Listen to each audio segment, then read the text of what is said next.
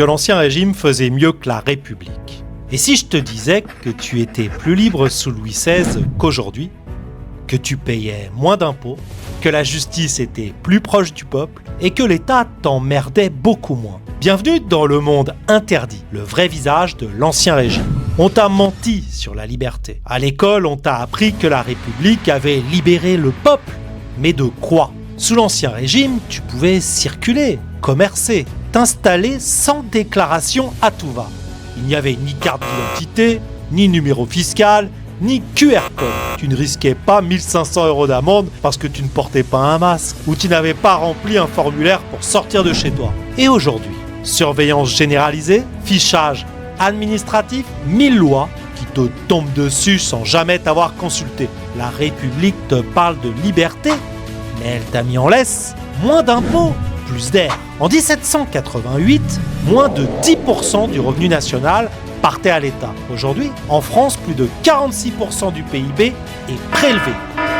Tu travailles jusqu'en juillet pour payer l'impôt. Et pourquoi ? Des services publics qui s'effondrent, une bureaucratie qui t'étouffe, des aides massives à des gens qui ne travaillent même pas. Alors oui, l'impôt existait sous l'Ancien Régime, mais il était local, négocié et souvent refusé.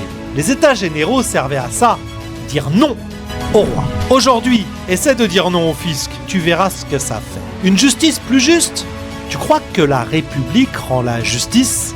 Sous l'Ancien Régime, les peines étaient parfois dures, mais rapides. La justice était locale, souvent gratuite, rendue par des juges indépendants du pouvoir royal.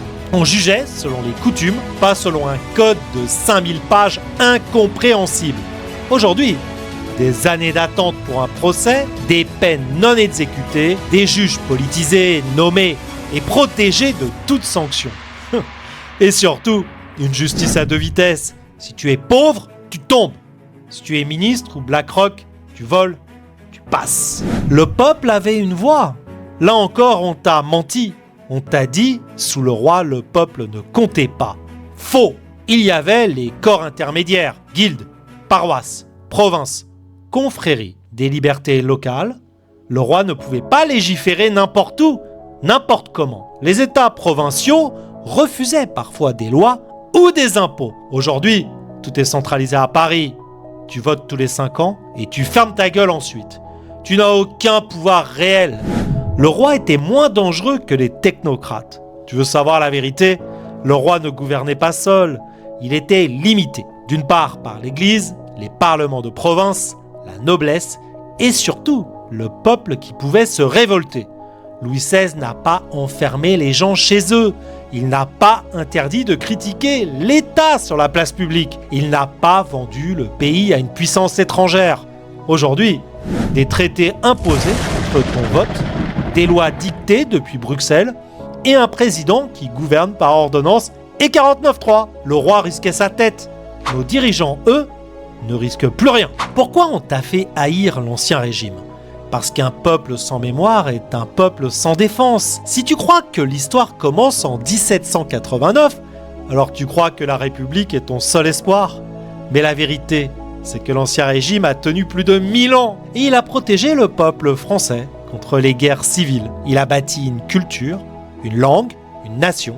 La République, elle, en 200 ans, a trahi tous ses principes, a laissé massacrer le pays et veut t'imposer le vide comme avenir. Et qu'est-ce que je peux dire en guise de conclusion ? Et maintenant, ce n'est pas un appel au retour d'un roi, c'est un appel à ouvrir les yeux.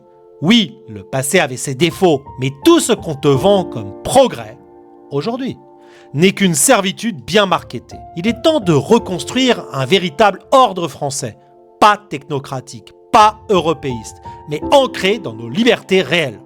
Et si tu veux sortir de la propagande et penser en homme libre, abonne-toi à Nikostalk. Ici, on démonte les mythes, on cherche la vérité et on prépare ce qui vient. Le mot japonais de la fin, Hōkai. Le système s'effondre. Prépare-toi.